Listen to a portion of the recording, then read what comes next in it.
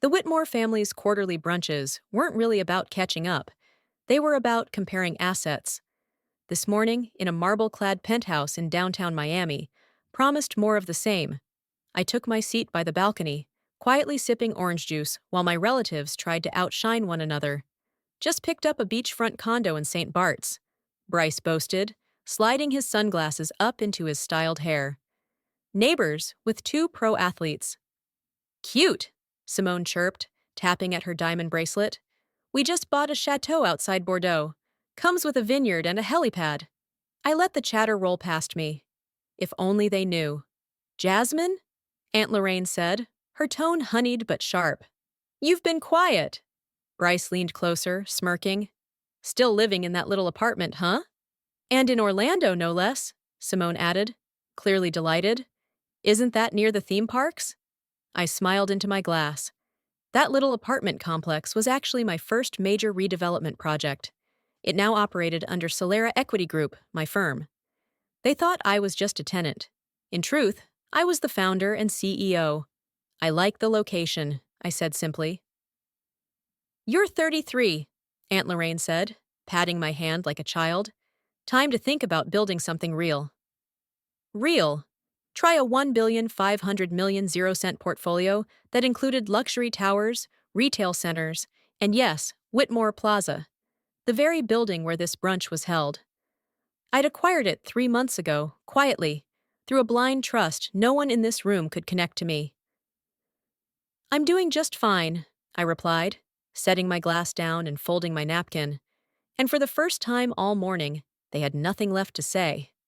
Bryce smirked. You can't even qualify for a mortgage. I leaned back in my chair and let the comment hang, because in about 2 weeks, the commercial lease renewal for Whitmore Plaza would land on their desks. And guess whose name would be on the letterhead? Dad finally looked up from his mimosa.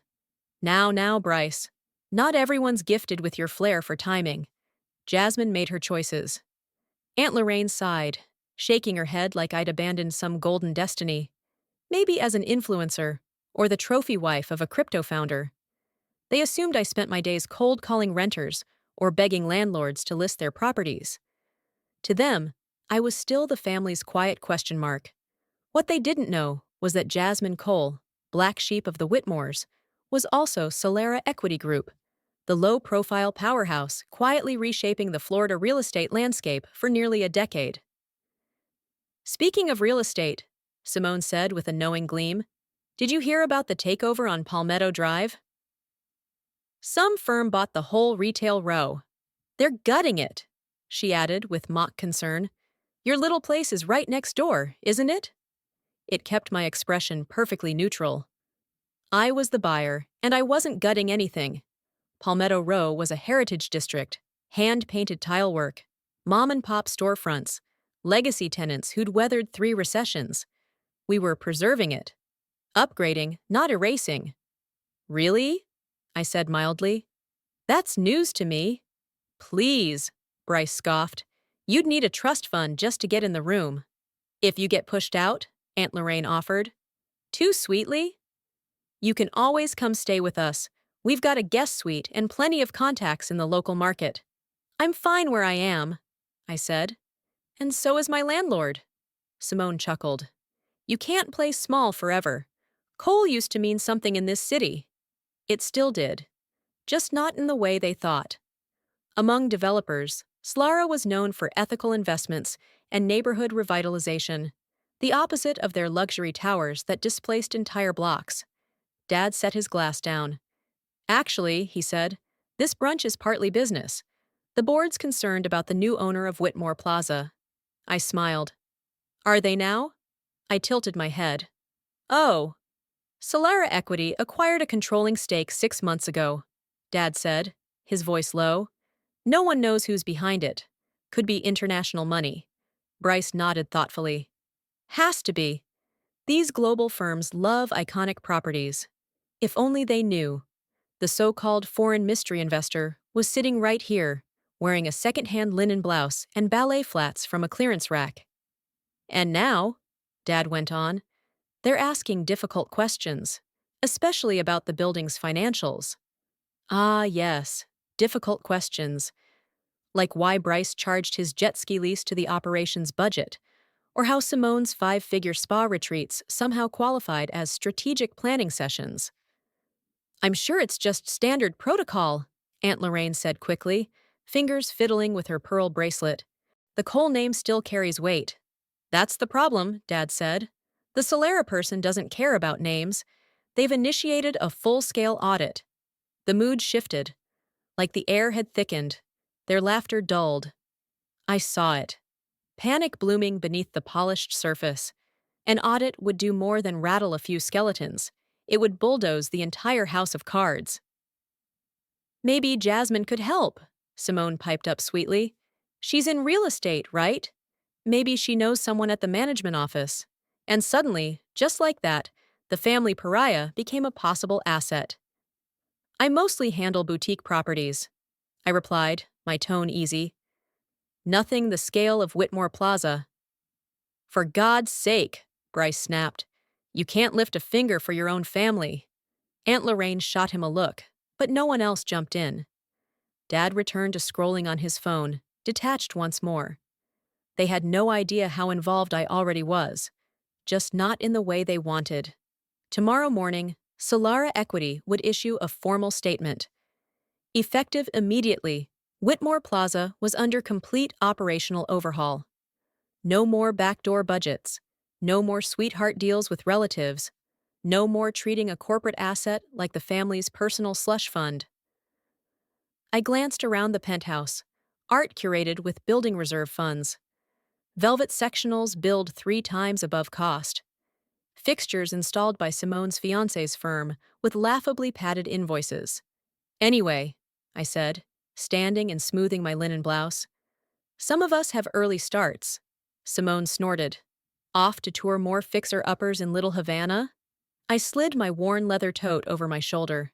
Inside it, board presentations, legal filings, and asset strategy documents worth more than anything in this overpriced penthouse. Oh, Jasmine, Aunt Lorraine called out in her saccharine voice.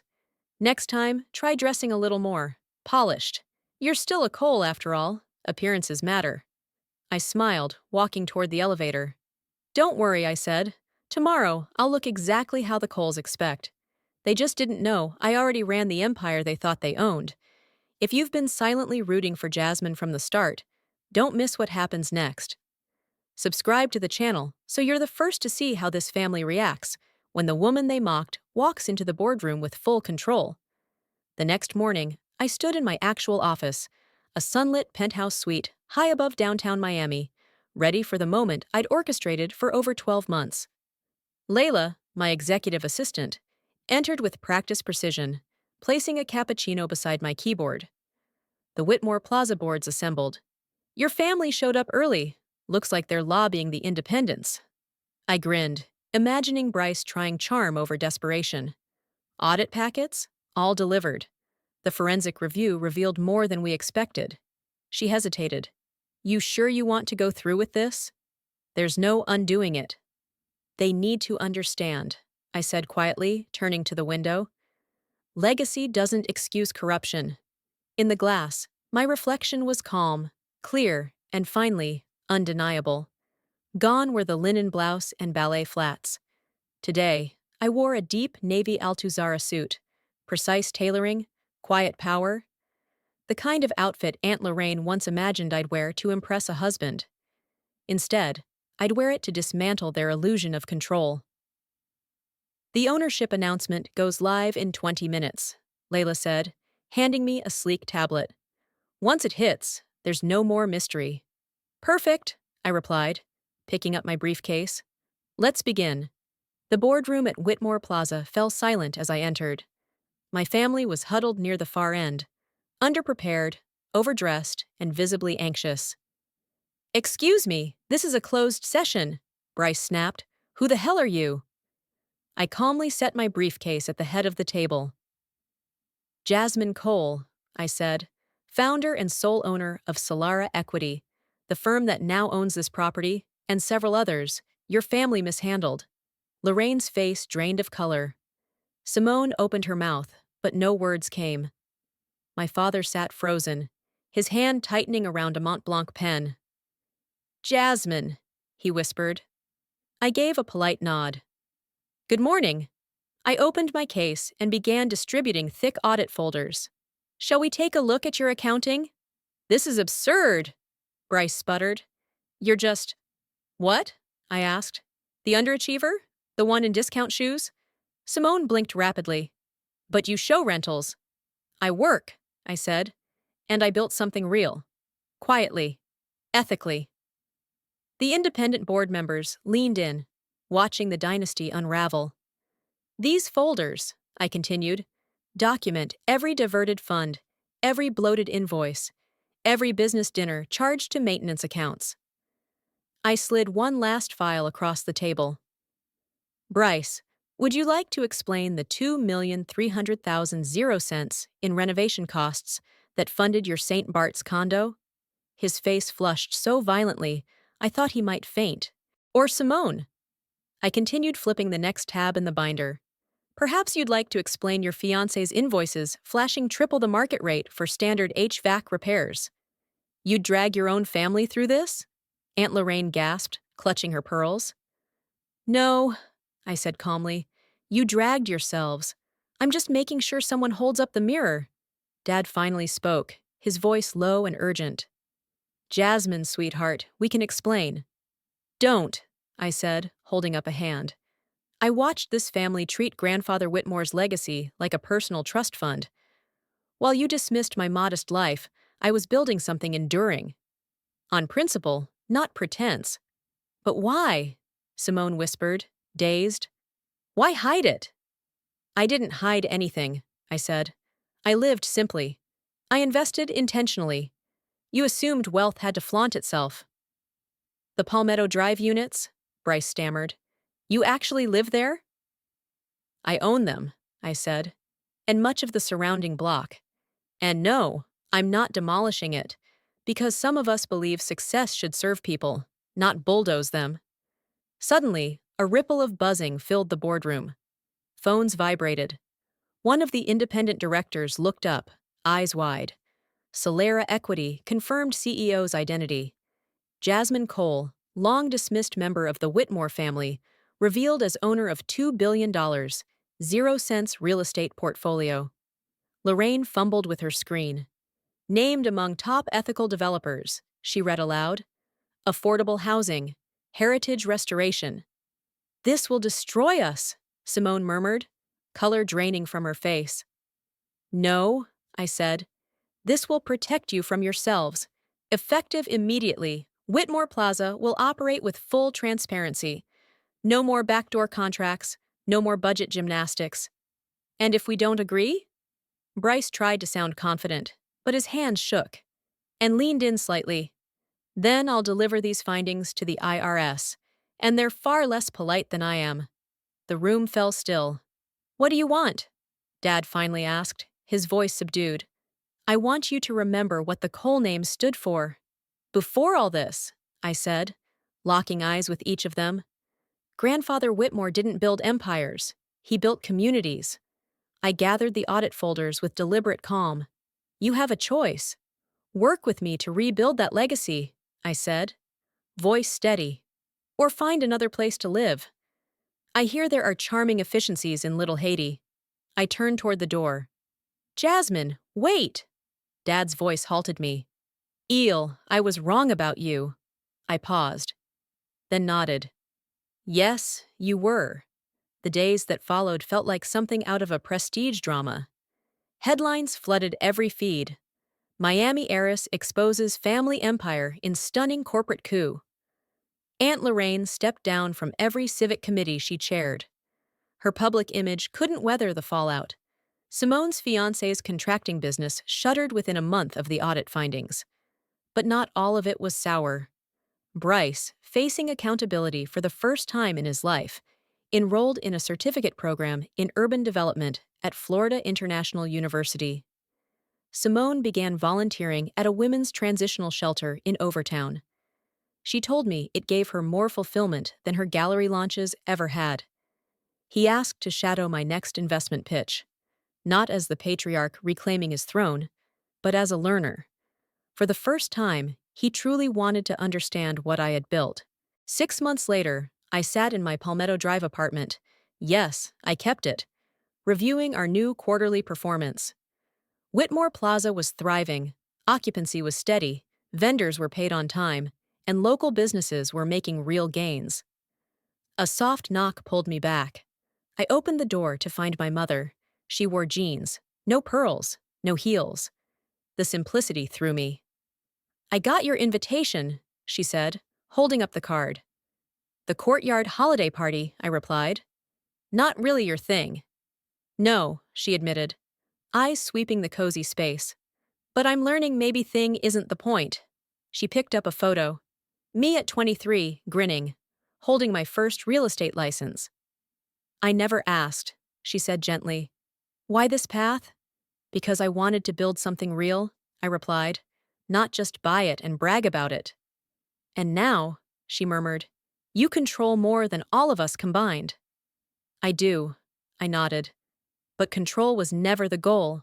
Purpose is." She looked at me for a long moment. "Will you teach me?" "Come tonight," I said. "Meet the families who've lived here for decades. Hear their stories.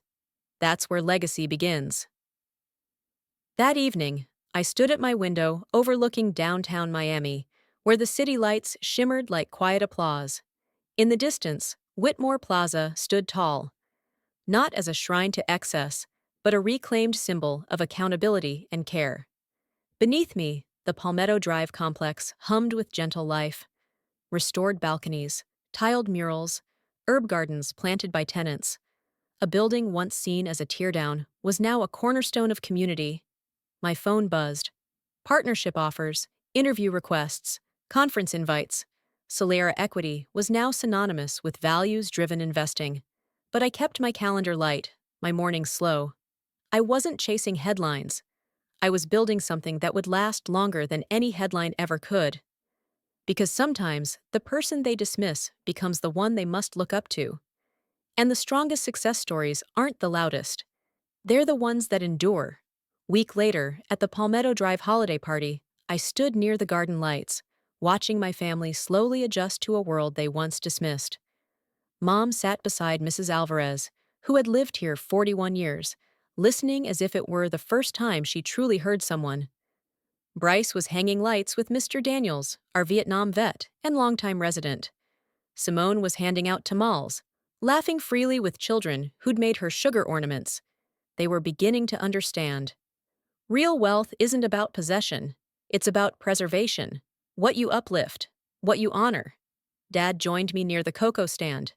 "You know," he said, "your grandfather believed buildings should protect people, not just profit from them." I nodded. I found his old journals, pages of notes about keeping rents fair, helping small businesses. We lost sight of that. He looked at me. Not with shame or pride, but recognition. "You could have destroyed everything we built." I smiled gently.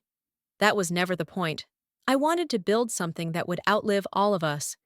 Because in the end, if this story resonated with you, drop a comment below. What quiet victories have you claimed while no one was watching? What legacy are you building in? Let's talk about the hard work that no one claps for. The dreams that take time. The resilience it takes to keep going when no one believes in you but you. And if you're standing at the edge of your own turning point, don't waste your breath trying to cope. Start small. Start quietly, but start with purpose. Support this journey by subscribing to the channel. There are more stories to come. Stories about second chances, silent strength, and the kind of success that doesn't need validation. Because legacy isn't something you inherit. It's something you create. And sometimes the best revenge isn't revenge at all. It's becoming exactly who they said you'd never be. So subscribe. Stay with me. Let's build something that lasts.